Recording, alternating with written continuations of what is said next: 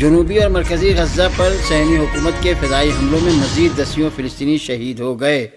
فلسطینی news agency شہاب نے report دی ہے کہ صہیونی حکومت کے جنگی طیاروں نے شہر رفح کے النص محلے پر بمباری کی ہے، جس کے نتیجے میں 10 افراد شہید اور متعدد دیگر زخمی ہو گئے ہیں۔ الجزیرہ ٹی وی نے رپورٹ دی ہے کہ 27 فلسطینی، جن میں 10 بچے ہیں، پچھلے چند گھنٹے کے دوران ہونے والی بمباری میں شہید ہوئے ہیں۔ فلسطینی استقامتی گروہ نے 7 اکتوبر کو صہیونی حکومت کے ٹھکانوں پر طوفان الاقصی کارروائی انجام دی تھی، جس کے بعد 45 روز کی جنگ کے بعد 24 نومبر کو 4 دن کے لیے عارضی جنگ بندی ہوئی تھی اور حماس اور اسرائیل کے درمیان قیدیوں کا تبادلہ ہوا تھا۔ جنگ میں یہ وقفہ 7 دن تک جاری رہا اور 1 دسمبر سے اسرائیل نے غزہ پر حملوں کا سلسلہ دوبارہ شروع کر دیا۔ غاصب صہیونی حکومت نے اپنی ناکامیوں کا بدلہ لینے اور استقامت کی کارروائیاں روکنے کے لیے غزہ پٹی کی گزرگاہوں کو بند کر دیا اور اس پورے علاقے پر وحشیانہ بمباری کر رہی ہے۔ صہیونی حکومت کے جنگی طیاروں نے جنوبی لبنان پر ایک بار پھر حملہ کیا ہے۔ المنار کی رپورٹ کے مطابق صہیونی حکومت کے جنگی طیاروں نے جنوبی لبنان کے مارون الراس اور تیر حرفہ علاقوں پر بمباری کی ہے۔ یہ ایسی حالت میں ہے کہ اس سے قبل لبنان کی اسلامی مزاحمت نے اعلان کیا تھا کہ جنوبی لبنان پر غاصب صہیونی حکومت کے حملوں کے جواب میں 10 کاتیوشا میزائل میرون ٹاؤن اور صہیونی آبادی والے علاقوں پر داغے ہیں۔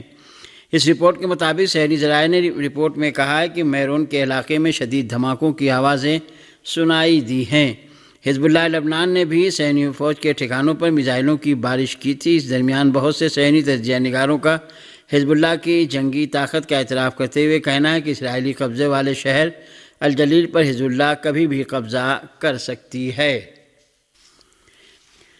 عام انتخابات کے دوران دہلی کانگریس کے صدر اروند سنگھ لولی نے اپنے عہدے سے استعفیٰ دے دیا۔ دہلی کانگریس کے صوبائی صدر اروند سنگھ لولی نے اپنے استعفیٰ کی اصلی وجہ دہلی کانگریس پارٹی کے انچارج پر منمانی کرنے اور دہلی میں عام آدمی پارٹی کے ساتھ انتخابی اتحاد کو قرار دیا ہے۔ انہوں نے اپنے استعفیٰ میں لکھا ہے کہ کانگریس کی مرکزی قیادت نے دہلی لوک سبھا انتخابات کے لیے عام آدمی پارٹی کے ساتھ اتحاد کیا ہے اور پارٹی قیادت کے اس فیصلے سے کانگریس کارکن خوش نہیں ہے، اس لیے انہوں نے دہلی کانگریس کے صدر کے عہدے سے استعفیٰ دے دیا ہے۔ کانگریس ذرائع نے بتایا ہے کہ مسٹر لولی کا استعفیٰ پارٹی صدر ملک ارجن کھڑگے کو موصول ہو گیا ہے، لیکن ان کا استعفیٰ ابھی تک منظور نہیں کیا گیا ہے اور اس میں لکھے گئے نکات پر غور کیا جا رہا ہے۔ لوک سبھا انتخابات 2024 کی سرگرمیوں کے درمیان دہلی کانگریس کے صدر کا استعفیٰ دہلی میں کانگریس کے لیے ایک بڑا جھٹکا سمجھا جا رہا ہے۔ پاکستان میں فلسطین کے حامی طلبہ نے برلن کی جانب سے اسرائیل کی حمایت پر احتجاج کرتے ہوئے جرمن سفیر کو لاہور کی بین الاقوامی کانفرنس سے خطاب نہیں کرنے دیا۔ پاکستان کے تاریخی شہر لاہور میں جنوبی ایشیا میں شہری حقوق کا تحفظ اور عدلیہ کا کردار کے عنوان سے ایک بین الاقوامی کانفرنس منعقد ہوئی، جس میں یورپی ممالک کے سفیروں سمیت ملکی اور بین الاقوامی شخصیات نے شرکت کی۔ اس کانفرنس سے پاکستان کے وزیر قانون اور بعض دیگر شخصیات کے بعد جیسے ہی جرمنی کے سفیر نے آزادی بیان اور انسانی حقوق پر تقریر کرنا شروع کی، بہت سے طلبہ اٹھ کھڑے ہوئے اور احتجاج کرنے لگے۔ پاکستانی طلبہ جرمن سفیر کو مخاطب کرتے ہوئے کہہ رہے تھے کہ تمہیں انسانیت اور انسانی حقوق کے بارے میں بات کرنے کا حق نہیں ہے، تمہارا ملک اسرائیل کے ساتھ غزہ کے عوام کی نسل کشی میں شامل ہے۔ طلبہ مظاہرین نعرے لگا رہے تھے، غزہ کو آزاد کرو، جرمنی شرم کرو۔ احتجاج کرنے والے طلبہ جرمنی کے سفیر کو مخاطب کر کے کہہ رہے تھے کہ منافقت چھوڑ دو اور اس کانفرنس میں اسرائیل کے حامیوں کے لیے کوئی جگہ نہیں ہے۔ امریکی یونیورسٹیوں میں غزہ کے عوام کے ساتھ اظہار یکجہتی کی تحریک کے دوران کہ جو کولمبیا یونیورسٹی سے شروع ہوئی اور اس وقت یہ تحریک پورے امریکہ سمیت دنیا کی دیگر یونیورسٹیوں تک پھیل چکی ہے، صرف امریکہ کی تقریباً 15 یونیورسٹیوں کے 600 طلباء کو گرفتار کر لیا گیا اور ان پر بری طرح تشدد کیا جا رہا ہے۔ امریکی ویب سائٹ ایکسیوس کی رپورٹ کے مطابق گزشتہ ایک ہفتے کے دوران فلسطین کے حامی تقریباً 600 طلباء کو امریکہ کی تقریباً 15 یونیورسٹیوں سے گرفتار کیا گیا ہے اور تحریک میں شامل طلباء کو، جن میں خواتین بھی شامل ہیں، بری طرح تشدد کا نشانہ بنایا جا رہا ہے۔ احتجاجی طلباء کی تعداد میں اضافے، ان کے احتجاج میں شدت آنے کے بعد یونیورسٹی انتظامیہ نے غیر معمولی طریقوں سے ان طلباء کو زدوکوب کیا ہے۔ زیادہ تر گرفتاریاں کیمپوں دھرنے کے دوران انجام پائی ہیں۔ امریکی میڈیا کے مطابق کیمپس میں چھوٹے پیمانے کے درجنوں مظاہروں میں مظاہرین اور پولیس درمیان جھڑپیں نہیں ہوئیں۔ احتجاجی طلباء اپنی یونیورسٹیوں سے مطالبہ کر رہے ہیں کہ وہ اسرائیل اور غزہ جنگ میں مالی حمایت کرنے والوں کے ساتھ اپنے روابط منقطع کر لیں۔ امریکہ کی کولمبیا یونیورسٹی کے ایک طلباء تنظیم اپارتھائڈ ڈائیویسٹ نے بھی یونیورسٹی سے مطالبہ کیا ہے کہ وہ اس یونیورسٹی کے کیمپس میں پولیس کی موجودگی کا خاتمہ کرے اور اسرائیل کے تعلیمی اداروں کے ساتھ اپنے تعلقات منقطع کر لے۔ فلسطینیوں کی حمایت میں امریکہ طلباء کی تحریک کینیڈا تک پہنچ گئی اور مونٹریال کی میکگل یونیورسٹی کے طلباء نے بھی یونیورسٹی کے گراؤنڈ میں احتجاجی کیمپ لگا دیا ہے۔ سٹی نیوز نے رپورٹ دی ہے کہ کینیڈا کے میکگل یونیورسٹی کے طلباء نے سنیچر سے فلسطین کی حمایت میں اور اسرائیل کے جارحانہ حملوں کے خلاف احتجاجی کیمپ لگانا شروع کر دیا ہے۔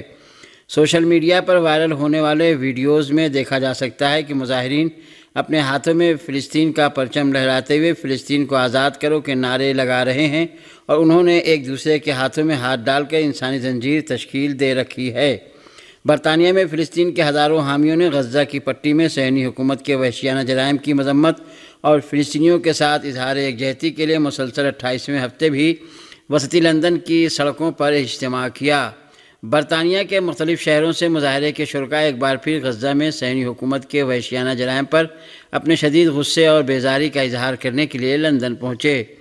اس احتجاجی تحریک میں برطانوی شہریوں کا بنیادی پیغام غزہ میں جنگ کا فوری خاتمہ، اسرائیلی حکومت کے لیے اسلحے کی ترسیل پر پابندی اور غزہ کے مکینوں کو امداد کی فراہمی تھی۔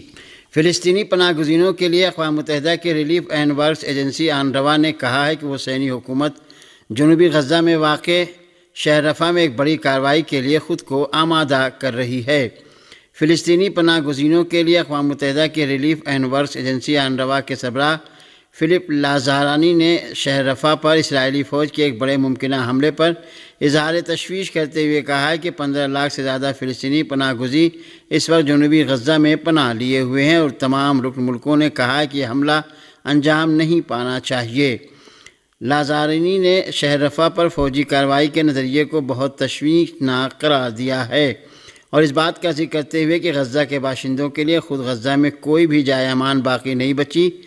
کہا کہ عوام میں بہت زیادہ تشویش پائی جاتی ہے کیونکہ ان کو نہیں معلوم کہ کہاں جائیں اور دشمن فوج کے حملوں سے محفوظ رہیں۔ فلسطینی پناہ گزینوں کے لیے اقوام متحدہ کی ریلیف اینڈ ورکس ایجنسی آنروا کے سربراہ نے کہا کہ اس میں کوئی شک نہیں کہ اگر شہر رفح پر حملہ ہو جاتا ہے تو ہزاروں افراد کی جان جائے گی۔ لازارینی نے اس بات کا بھی ذکر کرتے ہوئے کہ بعض ممالک یہ چاہتے ہیں کہ آنروا کو سیاسی وجوہات کی بنا پر ختم کر دیں تاکہ ایک فلسطینی مملکت کے قیام کی کوششیں کمزور پڑ جائیں، کہا کہ اقوام متحدہ کے رکن ملکوں کو چاہیے کہ اس کا مقابلہ کریں اور آنروا کو ٹوٹنے سے بچائیں۔ آنروا غزہ میں سب سے بڑا امدادی ادارہ ہے جو فلسطینیوں کو امداد پہنچا رہا ہے۔ پاکستان کے وزیر اعظم شہباز شریف نے اسلامی ترقیاتی بینک کے صدر محمد سلیمان الجاسر سے ملاقات کی، جس میں پاکستان میں اسلامی ترقیاتی بینک کے جاری مختلف منصوبوں کو جلد از جلد پائے تکمیل تک پہنچانے پر اتفاق کیا گیا۔ موصولہ خبروں کے مطابق پاکستان کے وزیر اعظم شہباز شریف نے جو ورلڈ اکنامک فورم کے اجلاس میں شرکت کے لیے سعودی عرب کے دورے پر ہیں، اسلامی ترقیاتی بینک کے صدر ڈاکٹر الجاسر کے ساتھ ملاقات میں کہا ہے کہ پاکستان میں غیر ملکی سرمایہ کاری کو صحیح خطوط پر استوار کرنے کے لیے خصوصی سرمایہ کاری سہولت کونسل فعال ہے۔ وزیر اعظم شہباز شریف کا کہنا تھا کہ اسلامی ترقیاتی بینک پاکستان کو شراکت داری، تعمیر نو اور روزگار میں مدد فراہم کر رہا ہے۔ وزیر اعظم پاکستان نے اپنے سابقہ دور حکومت میں 1 ارب امریکی ڈالرز کی سرمایہ کاری پر شکریہ ادا کیا اور پاکستان کی سیلاب کے بعد بحالی میں اسلامی ترقیاتی بینک کی معاونت کو سراہا۔ ملاقات میں پاکستان اور اسلامی ترقیاتی بینک کے درمیان تعاون کے نئے مواقع تلاش کرنے پر بھی گفتگو ہوئی۔ پاکستان کے وزیر اعظم شہباز شریف نے اسحاق ڈار کو نائب وزیر اعظم مقرر کر دیا۔ کابینہ ڈویژن نے اسحاق ڈار کی تقرری کا نوٹیفیکیشن جاری کر دیا، جس کا اطلاق فوری طور پر ہوگا۔ حکومت پاکستان کی کابینہ ڈویژن سے جاری نوٹیفیکیشن کے مطابق وزیر اعظم شہباز شریف نے وزیر خارجہ اسحاق ڈار کو تا حکم ثانی فوری طور پر نائب وزیر اعظم مقرر کر دیا ہے۔ تاحال یہ واضح نہیں ہو سکا کہ نائب وزیر اعظم اور وزیر خارجہ کی ذمہ داریاں بھی انجام دیں گے یا حکومت کسی اور کو وزیر خارجہ کا منصب سونپے گی۔ پاکستان مسلم لیگ نون کی اہم شخصیت تصور کیے جانے والے اسحاق ڈار 2002 سے پارٹی کے عالمی امور کی نگرانی کرتے آ رہے ہیں۔ 4 بار رکن قومی اسمبلی منتخب ہونے کے علاوہ وہ متعدد بار سینٹ کے رکن بھی منتخب کیے جا چکے ہیں اور زیادہ تر انہیں سینٹ میں پارلیمانی لیڈر کا منصب سونپا گیا۔ وفاقی وزیر کی ذمہ داریاں سونپے جانے سے قبل وہ 1992-93 کے دوران وزیر مملکت پاکستان انویسٹمنٹ بورڈ کے چیف ایگزیکٹو بھی رہے ہیں۔ سن 2008 میں وہ مختصر مدت کے لیے وفاقی وزیر خزانہ رہے، مگر جب ان کی جماعت نے وفاق میں PPP کی سربراہی میں قائم مخلوط حکومت سے باہر نکالنے کا فیصلہ کیا تو اسحاق ڈار نے عہدے سے استعفیٰ دے دیا تھا۔ جب 2013 میں مسلم لیگ نون دوبارہ اقتدار میں آئی تو وزیر خزانہ کے عہدے کے لیے خرافال ایک بار پھر اسحاق ڈار کے نام نکلا اور پھر 2022 میں اتحادیوں نے جب عمران خان کے خلاف تحریک عدم اعتماد کے ذریعے دوبارہ حکومت سنبھالی تو چند ماہ اقتصادی امور کی نگرانی کرنے والے مفتاح اسماعیل کی جگہ ملک کی وزارت خزانہ کی ذمہ داریاں دوبارہ اسحاق ڈار کو سونپی گئی تھیں۔